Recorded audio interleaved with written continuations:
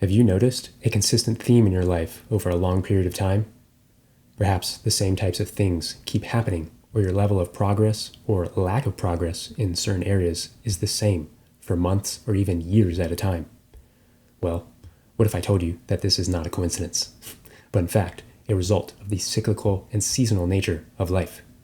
In this video, we'll explore the primary seasons of life that we all move through as human beings, the characteristics and how best to navigate each season of life to be in the highest state of flow, with a special focus on the notion that if you are experiencing lots of chaos or confusion, or just not much seems to be working in your life, you may just be in your own personal season of winter.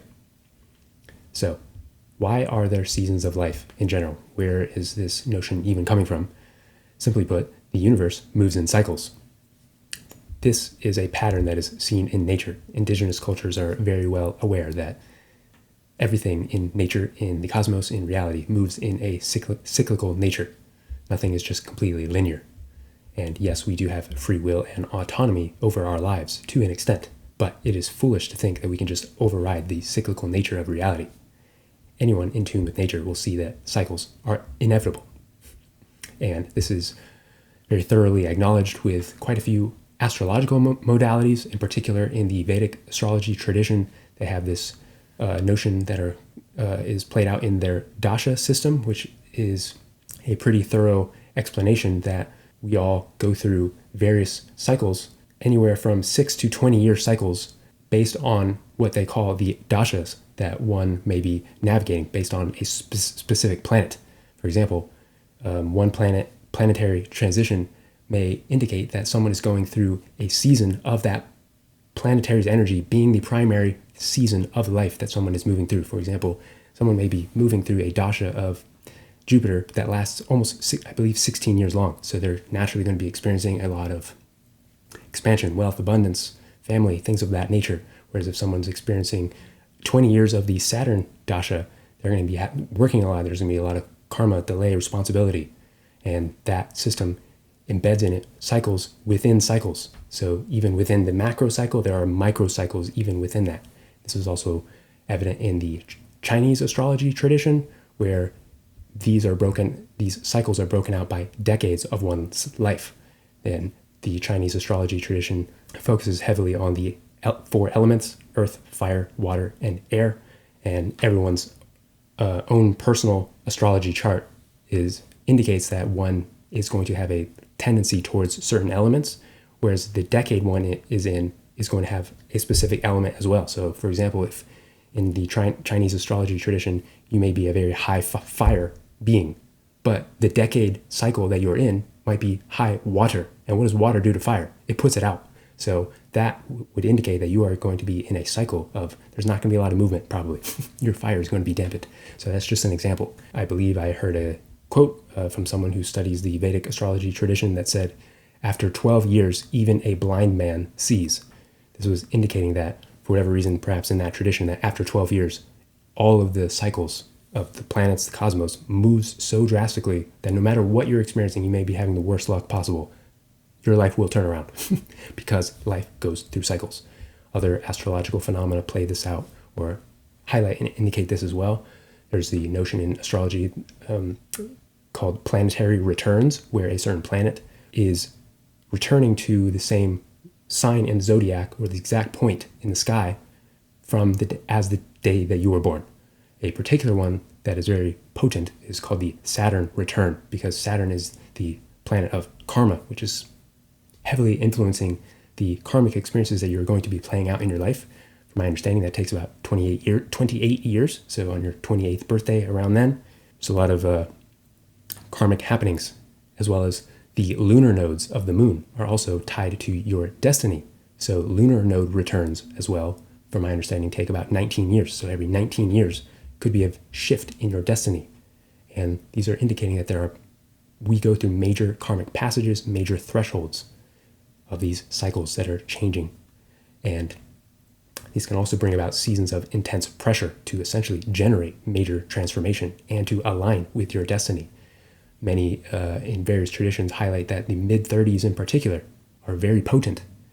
So I've heard one potent or prominent astrologer, guru in the Indian sense, saying like the year when you turn 33, that is a very potent year, where I've heard someone else say that 36, for some reason, is a very potent year. And perhaps it's less important about the specific age, but it's the fact that in this time frame, there are multiple cycles that are meeting at the same time. Specifically, one is noted that your planets not only can have returns, but they can mature. And one in particular is known as the Saturn maturing. You're in this mid-30s, you're in this cycle where you're ending, you're no longer an adolescent anymore. It's time to get serious about your life and take on responsibilities. So these are just examples. You don't need to know the details of all of these things, but they can be validating and contributing forces behind the current season that you are in. And there are also perhaps more measurably rigorous examples if things like astrology are not to your liking. For example, some researchers created a book called The Fourth Turning, and through their observations, they noticed that there are collective seasons that we as a society move through. And what they found is essentially after 4 generations of time, they can map out certain happenings in the collective of society, specifically in American society. This was heavily focused on that. After 4 generations of time, there's a massive shift, what they call a fourth turning. The first turning is like a new beginning for a society. Second and third build up, maturing as a society, and then a fourth is usually some kind of transformation, collapse, chaos, a lot of chaos, to then start a cycle anew. This plays out in an amount of time, about 80 years, where essentially the youngest generation no longer remembers, doesn't have any lived memory, or no one alive has any lived experience of the chaos that created, or the mode of thinking that created the chaos decades in the past. So that's why it ends up creating a cycle, which could be laid out or exemplified in this quote: hard times create strong men create good times create weak men create hard times. And this is also played out in economics as well, such as it can be seen that there are both long-term and short-term debt cycles in economics, and they tend to mirror these collective seasons and these fourth turnings. At a fourth turning where we're about to go through a new cycle, both the short-term debt cycle and the long-term debt cycle reaches its peak, and essentially, in economical terms, things collapse, and there needs to be a major shift. And economics is a very potent piece of our society, so it ends up creating a lot of major shifts. So the reason I'm pointing all of these things out to you is that cycles are everywhere, and therefore it would be wise to become aware. It would be wise to become aware of and aligned with these cycles rather than moving against them. Now, how do these relate to your life specifically? Based on the happenings of your life for a given time frame, for months or years, you may then deduce what season of life you are in. And from there, it will be about going with the flow of that season rather than trying to perform the activities of another season. The hardest thing for many of us to accept is that we are in a season of life that is not to our liking. And what that does is that only creates more suffering. Instead, it can be quite useful to inquire what this season is actually doing to serve me. So again, you don't necessarily need to know all of these things like astrology or collective turning points or economic cycles or anything of the sort. Those are just data points that can be contributing factors to collective happenings or your own personal season of life. What I'm going to be pointing out here is you can just look at the external happenings and the day-to-day things that are going on in your life. You can then pinpoint, by just looking at the pattern, what season of life am I in? So, while there are all sorts of cyclical measurements and modalities, the simplest framework to use are just the weather seasons as metaphors for the season of life that you're in, such as spring, summer, fall, and winter. And they are not just about climate, but they're thematic elements that show up in your life. So that is what we will be discussing in this video. And I'll just do a quick overview before going into a more thorough deep dive into each of these. So for spring, that is the season where things are blooming. There's a lot of newness. You're getting those first bits of change coming out of that frozen time of winter. Summer, generally there's a lot of high energy and vitality. There's lots of work and productive output. In the fall or the autumn is the season of the harvest. You are reaping the rewards from earlier season. Could be a lot of celebrating, receiving your rewards from prior work that you've done. And then winter is a season of death and renewal. You're generally going to be in a lower energy state. There's going to be a lot of stagnancy, not a lot of momentum. Things are possibly leaving your life. And on top of that, there can also be seasons within seasons. As I was mentioning, it's possible to have cycles within cycles. You may be in a long-term season that could last multiple years, but within that, you might have a shorter-term season. And they might not always be aligned. You may have a counteracting short-term season to the long-term season that you're in. For example, you might have a short-term spring season where there could be some newness, new things happening, but in reality, you're in a long-term season of winter, and that little bit of newness is actually going to find its exit pretty soon. So a long-term season could last a half decade or even longer, perhaps. And the intensity and the length can vary as well. You're never going to experience the same season twice because you are never the same person as you're undergoing a certain shift in your life.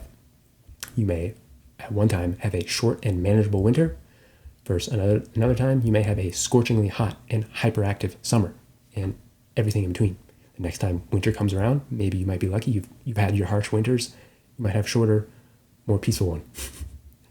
Now, the problem much of our society faces is that we are often conditioned to behave like we are in summer at all times. Essentially, we are encouraged to be in a state of high output with very little time for rest. And if things aren't progressing in an overtly linear manner, if you're not always making progress on some grand goal of yours, then you're a failure or you're lazy, you're not pairing up to society's expectations.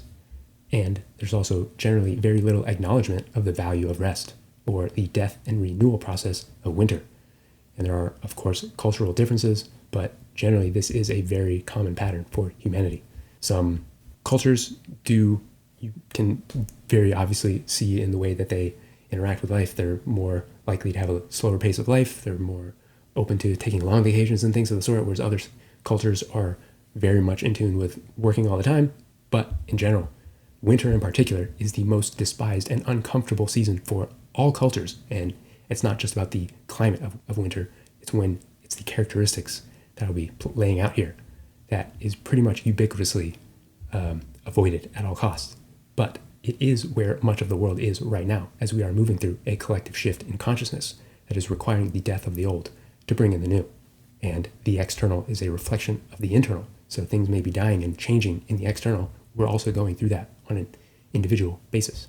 So I will be spending the most time on the season of winter here in a bit shortly. But now I will go into a deep dive into the 4 seasons, laying out the characteristics of each and how to navigate them. And also you can then identify which season you are currently in, and also perhaps identify prior seasons to just get some validation of what you might have been going through. We will start with the season of spring.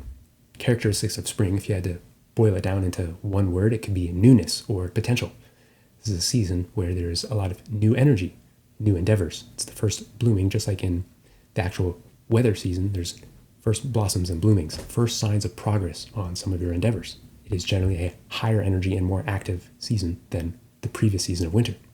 Generally speaking, it's going to be more forward-looking. You might be more hopeful and optimistic of the future. There could be a lot of envisioning or goal setting. You might be strategizing on things for the future. You might even be making concrete plans. How am I going to achieve what I want to achieve going forward? You may even be moving locations. That could be a real fresh start, going somewhere completely new to start a new life. There could be new relationships coming into your life. You may have a new romantic partner, new business partnerships, new friends, or even additions to your family, things like pets, kids coming into your life, starting new creative projects, maybe a new job, new career path. You may also seeing newness showing up in your just personal endeavors, such as changing your habits or maybe even changing your preferences, things that you like, starting to try new things. There could just be a lot of exploratory behavior of trying new things, going to new places. And in general, this is a season of setting foundations rather than major building. You're not necessarily making huge, massive, world-changing strides, putting in a lot of the groundwork. If these types of things are happening in your life over periods of months or years, then you are in a lovely time of spring, a season of limitless potential. Now, if you were to find yourself in the season of spring, how can you best navigate this season to get the most out of it?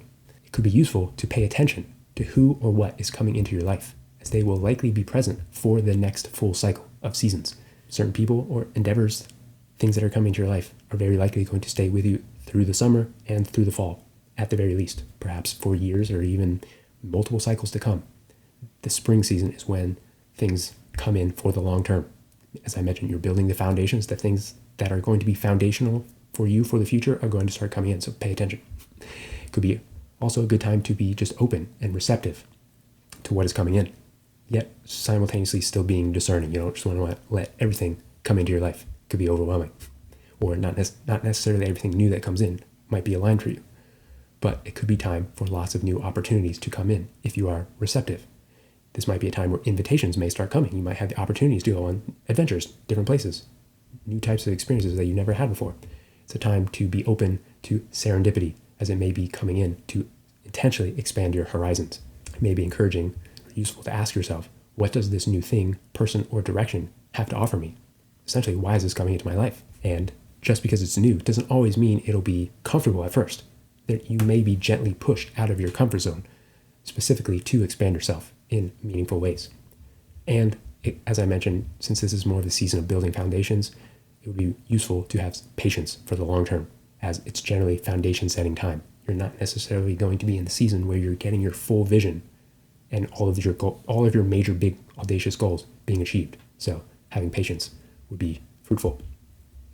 And what tends to happen, just like the weather seasons, we don't just shift from one season to the next instantaneously. There is a transition period. You can feel the next season coming. Just like with the weather, the days start getting longer as we start moving deeper into summer. Days start getting shorter. We start getting closer to winter. The temperature starts to drop slowly over time, and then all of a sudden, months later, we're in winter. Same thing happens. You can start to feel the energy of the next season coming in. So I'll explain for each of these seasons what it feels like to transition into the next season. So if you find yourself in spring in your personal life, what would that transition to summer start to feel like? It may begin to bring hints of the upcoming surge in activity, that upcoming surge in high output. You might start getting hints of that. But this also may bring about you getting ahead of yourself, or perhaps being over ambitious before that peak energy arrives. You might have a lot of these plans in place, a lot of the strategies, plans, goals that you want to achieve, you want to make progress on, but they're still in the future. You're still in the season of newness, and you might internally want to be full steam ahead, but it might just not be that time just yet. You might see your big vision, but you don't actually have the tools or the energy, the backing, the winds at your sails to achieve it fully. This can bring some frustration. So just being aware of that and being mindful to have some patience to wait for that full send-off once you're fully landed in summer, which now we can deep dive on the season of summer. The characteristics of summer are, it is generally speaking, a very high energy and high output season. Generally, you could be working a lot or just producing a lot of things. You might be in a state of flow, creative flow. You are generally more likely to be very active physically and outwardly focused. You're generally speaking going to be very focused on the happenings of your life. You're going to be engrossed in the day-to-day happenings of your life, more so than you're going to be focusing inwardly on like reflecting and feeling your emotions and all that type of stuff and just doing a lot of deep inner work. You're going to be more likely focused on the actual happenings and involved in your life. Your calendar might literally be full of happenings that are calling for your attention. Your spring visions are now being implemented in a robust manner. You are now in a season where you are now building what you had recently envisioned. And generally speaking, things are just generally working. You have momentum. The wind is at your sails. And perhaps, like in the prior season, you're getting new relationships. Now you are probably deepening those relationships because now you're probably spending a lot of time with these people who are in this cycle with you for the long haul. So you're probably going to be spending time deepening your relationships. And again, in spring, you might have been trying out new behaviors, new preferences. You are now probably going to be living out and embodying these new habits and preferences that you were exploring in the spring.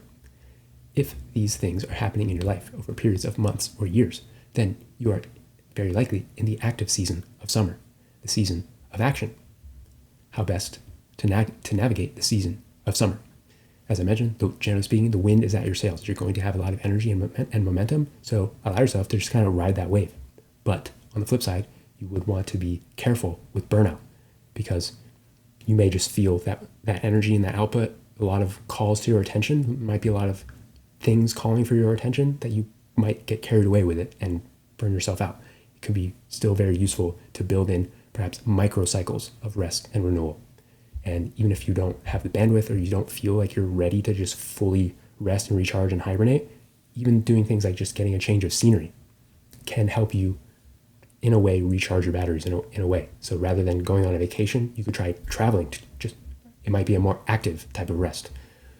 Even just going to a new place, doing Your work, if you're able, in a different location may stimulate some type of recharge, or you may even just find that your endeavors are calling you to doing a lot of travel, which can bring about a bit of renewal, just a change of scenery. Otherwise, if you're just in your cave doing the same thing over and over again, that can lead to burnout.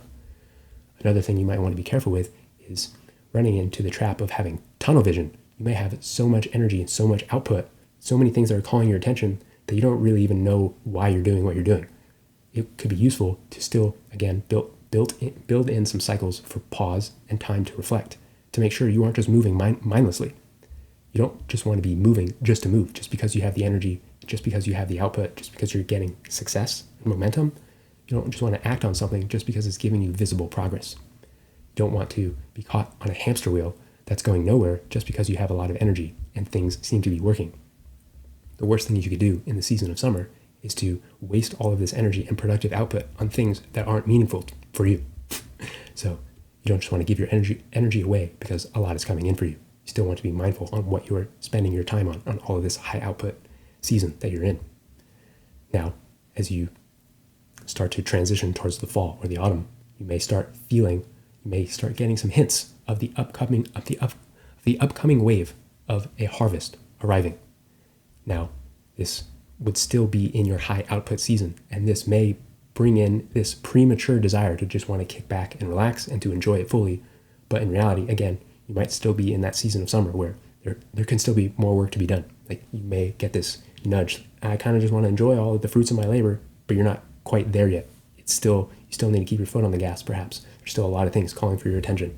So you may see some signs of this harvest coming, so that's something to be aware of as you start transitioning into the fall. Now we will deep dive on the season of fall or the autumn.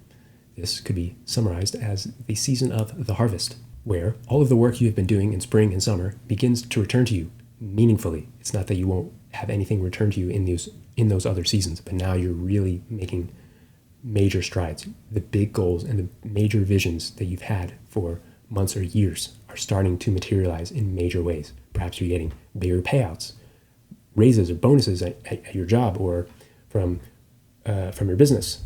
The returns on investment are coming forth in a major way. And perhaps even in your relationships, maybe you're getting married or engaging in a meaningful romantic union, maybe having anniversary celebrations or achieving major relationship milestones. And at this point, your relationships feel deeply nourishing for you, probably because you've spent multiple seasons together, building, doing work together from these prior seasons. They're starting to really pay themselves back to you. And you may feel generally celebratory. You may be having frequent gatherings with others to celebrate and feel grateful for all you have achieved up until this point. And generally speaking, there will be somewhat of a slowing down from summer. You'll start to realize, I've been working pretty hard for months or years. It's time to take some time, enjoy the fruits of my labor. So there could be a little bit of a slowing down here. So if these are happening in your life over periods of months or years, then you are in a celebratory season of fall, the season of the harvest. How best to navigate the season of the fall? Generally speaking, it would be fruitful if you could allow yourself to receive what you have worked for. Many people don't feel that they are worthy of fully receiving for their efforts or celebrating themselves.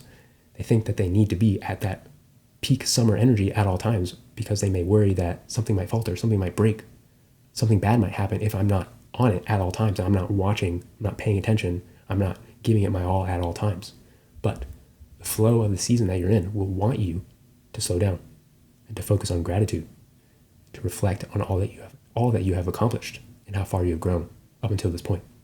So generally speaking, it would be useful and beneficial to honor yourself for how far that you've come, how much that you have achieved, and really allow yourself to receive. Now's a great time to take that nourishing vacation because you earned it. Treat yourself. Allow yourself to just treat yourself to something nice. And now, the transition into winter. This may bring hints of the upcoming wave of renewal arriving before you're fully in it. Some signs that might be happening is you might start to feel a little bit tired. You're realizing, I can't really keep up the same energy that I had in summer. I'm starting to get a little bit tired. It's time for me to slow down. I can't really keep up all of the responsibilities and tasks that I've been engaging with. I don't really have that energy anymore. And there could also be a sense of disillusionment with your life, especially as you kind of get over the hump. You've achieved a lot of things. You might start to wonder, well, is this all there is? I worked so hard for months and years, and maybe you don't feel fulfilled after all of that work. Or maybe you're just wondering, like, what else is there? There's got to be more. You may also begin feeling anxious. Perhaps you've done all of this work. You realize the external of your life looks pretty good on the surface. Like, on paper, I'm doing really well, but inside you're just feeling to yourself like something isn't right. There's something else out there for me. If you are starting to feel these types of things, brace yourself, because winter is coming. Winter is coming. Winter is coming. Winter is coming. And winter is coming. Winter is coming. Winter is coming. But winter is coming. Winter is coming. And now we will get into the season of winter. This is perhaps the most important season because it is possibly the most ubiquitous for humanity now, and is the probably inarguably the most uncomfortable, with most of us trying to avoid this season at all costs. The reason this is so ubiquitous right now for humanity, and why it is a very intense season when it does come around for us, is we are moving to a higher plane of consciousness as a result of being at the end of a major cosmic cycle. I did a deep dive on this concept in another video that I will link to here and in the description. This is a shift that many refer to as ascension that our entire world is moving through. But on the most macro scale of our collective, we are essentially in the deepest winter in the history of our species. We are on the cusp of a new season of spring. And we're talking about a shift, a transition of consciousness that is going to take decades, possibly centuries worth of time. And this is highlighted in a few modalities or cultures. For example, many in the what you might call the spiritual community, New Age, have been talking a lot about for many decades now that we're moving from the age of Pisces into a new astrological age called the age of Aquarius. And then also in the ancient Indian culture, they have what is called the Yuga cycle, where for thousands of years we had been in what was called the Kali Yuga cycle, which was kind of a Bronze Age, what could be even called a Dark Age. And some estimate that that cycle ended last year in 2025, and we are now potentially in a transitionary period to where on the other side of this transitionary period, we will be in a golden age for, again, many thousands of years. And that golden age period, according to the Yuga cycle, might start in the year 2300. So this is a longer term, multi-decade century-like transition that we are in, but we are in the thick of it right now, which is requiring a lot of winter. So let's deep dive into the season of winter and its characteristics. This could be summarized as the season of death and rebirth, of transformation. Generally speaking, you are going to be experiencing lower energy and will likely be in a much more inward-focused season of your life. And this can show up in your external reality as major health issues. Those, coincidentally, can force you to slow down and force you to look within. What's going on? Why am I having health issues show up in my life?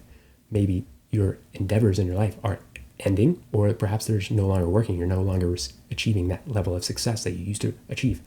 Maybe you lost your job. Maybe your business dries up. You're no longer receiving the success in your business. Your clients aren't, you're not getting as many clients as you used to. Your business may be drying up. You might actually have a lot of empty space in your life. Those invitations that you were getting in spring for a lot of new activities, all of a sudden have dried up. No one's calling you. You might have a lot of empty space in your life. This may also show up in your relationships as a lot of friction, maybe even fractures, people leaving your life. A big one that shows up in the season of winter is disillusionment.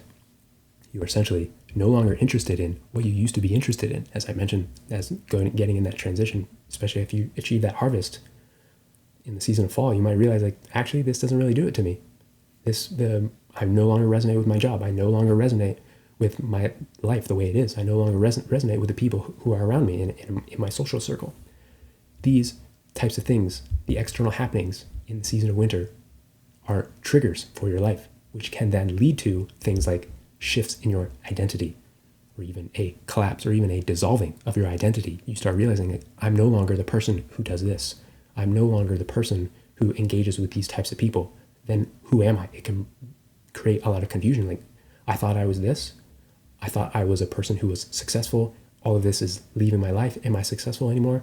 These are the types of things that can come up in the season, which can then also then lead to emotional purging, clearing, or emotional healing, releasing. These are all essentially invitations to look at yourself in a more robust manner, can be called shadow work, to look at the things. Perhaps what have you been avoiding within yourself or in your relations with the world and with other people? Where are you meant to expand and grow? Essentially, these things that might be leaving your life might be showing you, like maybe you've been engaging in a lot of unhealthy patterns, even though it brought you major harvest, successful material success. Leaving your life can show you how you may have actually not been behaving so great. You might have had some unhealthy patterns, and this season brings those things to the surface for you to face. Essentially, what this is doing is also preparing for a new cycle by clearing out what is not meant to come with you. And based on the intensity, it can look like a total life collapse and upheaval. Everything collapsing seemingly all at once, where you feel like you have the least amount of control over your life. And perhaps the most important principle about the season of winter is, generally speaking, nothing grows in winter. The season of physical weather winter, things are generally frozen. Things are not growing, and that can show up in your life. This is the time to allow things to die. But ironically, on the flip side, it is a time to plant seeds for the new you to bloom in the coming spring. This shows up in nature, where actually the best time for the seeds for some plants to be planted is in the winter. So simultaneously, while you may be shedding a lot of things from your life, shifting your identity, as your identity starts to shift, you start opening yourself up to new things, to new ideas, new concepts, new belief systems, and you may be trying out new things that align with this inner transformation. But you're very likely to have little success or traction. There isn't maybe any momentum. You're probably still just trying things. You're still in a transformation process, so nothing's really going to stick or have a lot of staying pattern. You're still trying things. There's just a lot of movement. So if these are happening in your life over periods of months or years, then you are in a transformative season of winter, and perhaps even what some may call the dark night of the soul. If spring is when a butterfly leaves its cocoon for the first time, then winter is where the caterpillar fully dissolves itself for its impending transformation, which I imagine is not very comfortable. So how best to navigate if you find yourself in an inevitable season of winter? Now, the temptation in this season is naturally to want to revert to a different season where the things used to work. There generally is going to be it's pretty common for humans to have a lot of resistance when they find themselves in a season of winter. So naturally, there's a tendency to want to try harder, do more, double down on all the things that I used to do that used to bring me success. Well, I'm just going to do twice as much as I used to do, and basically just try to override the season that you're in. That is a common temptation in this season.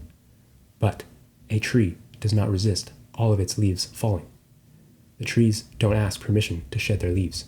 They simply release them, trusting in the cycle of life. So, to the best of your ability, it may be wise to allow what is dying in and around you to die. And this is absolutely easier said than done. And it's okay if this process is painful, perhaps majorly painful.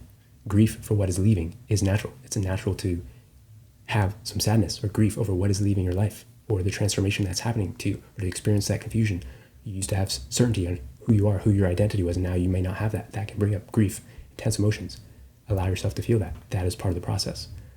The best thing one can do as they navigate this season of winter is to surrender to the season that you're in.